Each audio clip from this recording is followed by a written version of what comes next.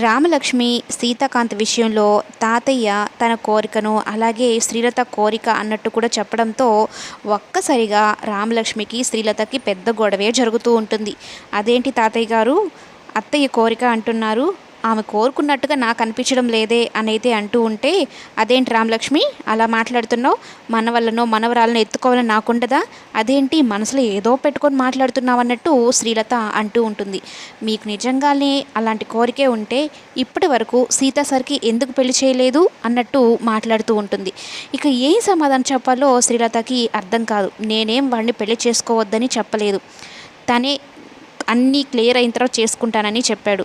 ఒకవేళ నువ్వు గనక తనని అకస్మాత్తుగా పెళ్లి చేసుకోకుండా ఉండుంటే నేనే బలవంతంగా పెళ్లి చేసేదాన్నేమో అన్నట్టుగా కూడా చెప్తూ ఉంటుంది. అయితే నువ్వు మనసులో ఏదో పెట్టుకున్నావు అమ్మాయి, అందుకని నన్ను అపార్థం చేసుకుంటున్నావు. నేను కూతుర్లా చూసుకున్నా కూడా నువ్వు నన్ను ఏదోలాగా మాట్లాడుతూ ఉన్నావు.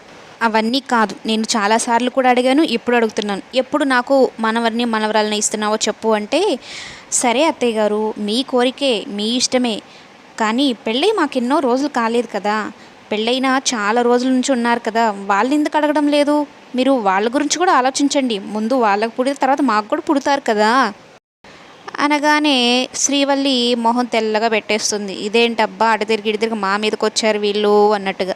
మరి నిజమే కదా, పెళ్ళి చాలా రోజులు అయింది కదా, వీళ్ళకి కదా ఫస్ట్ పిల్లలు పుట్టాలి, కానీ ఏదో సాకు దొరికింది అని రామలక్ష్మిని తిట్టడానికే శ్రీలత. కానీ మొత్తానికి రామలక్ష్మి శ్రీలత గురించి తన మనసులో ఉన్న అసలు నిజాన్ని ఒక రకంగా బయట పెట్టేసిందనే చెప్పాలి.